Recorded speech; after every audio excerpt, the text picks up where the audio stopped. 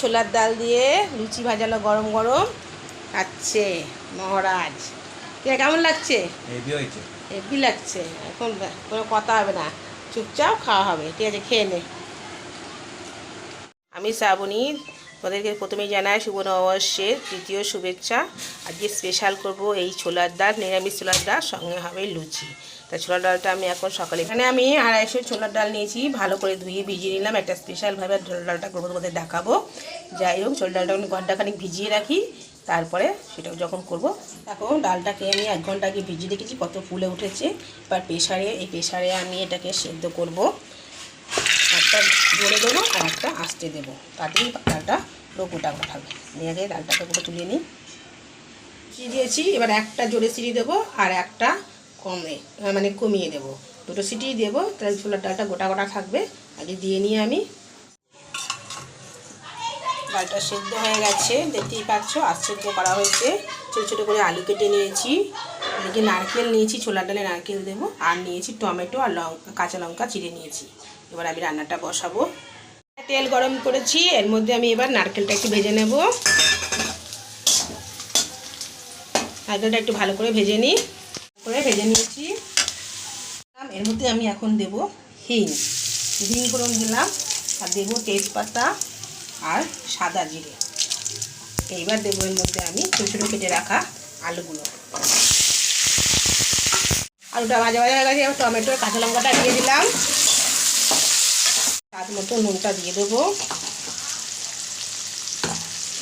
ভালো করে নেড়ে নিই।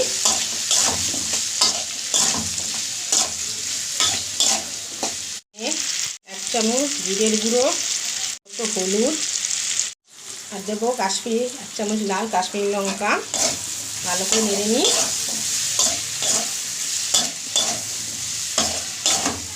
আদা কাঁচা লঙ্কা বেটে রেখেছিলাম 1 চামচ, তা দিয়ে দিলাম। দিয়ে ভালো করে এবার নেড়ে নিই। ডালে একটু মিষ্টি দিতে হয়, তাই একটুখানি 1 চামচ মিষ্টি দিয়েছিলাম। এর সঙ্গে আমি নারকেলটাও দিয়ে নেড়ে নিই। দিয়ে সেদ্ধ করা ডালটা দিয়ে দেবো। ভালো করে নেড়ে দিই। একটু জল দিতে হবে, একটু জল দিয়ে দিলাম, ব্যাস, আর লাগবে না। ঢাকা দিয়ে দেবো। ঠিক আছে, উপর দিয়ে সামান্য একটু হিং ছিটিয়ে দিই আমি, কারণ হিঙের গন্ধ আমার খুব ভালো লাগে। এক নামিয়ে নিই, দেখি ঢেকে রাখি, নামিয়ে তারপরে দেখাবো। হয়ে গেছে আমার হিং, দেখো তৈরি হয়ে গেছে আমার স্পেশালভাবে হিং দিয়ে ছোলার ডাল।